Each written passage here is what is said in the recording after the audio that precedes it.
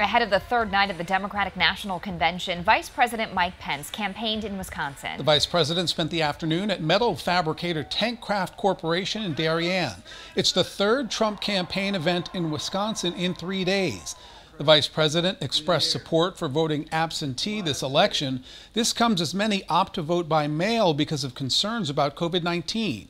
In an interview you'll see only on 27 News, Capitol Bureau Chief Emily Fannin spoke with the VP about additional funding for the post office to ensure they have enough resources to process ballots.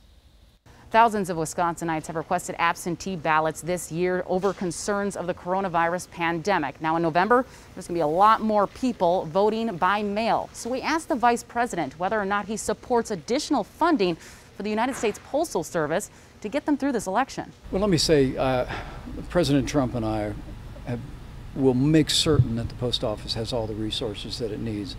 In fact, very recently, the Postal Department received a $10 billion loan that they haven't drawn down yet. And much of the controversy around funding for the post office lately, to me, is just another Washington manufactured controversy that has no basis in fact. Democrats believe additional funding is needed to make sure ballots are processed and counted on time. Pence said while he supports the option to vote by mail, his administration continues to stress without evidence expanding mail-in voting would lead to fraud. We're not going to support the kind of universal mail-in voting that we think will compromise the integrity of this election. Tonight, Kamala Harris will formally accept her vice president nomination at the Democratic National Convention virtually.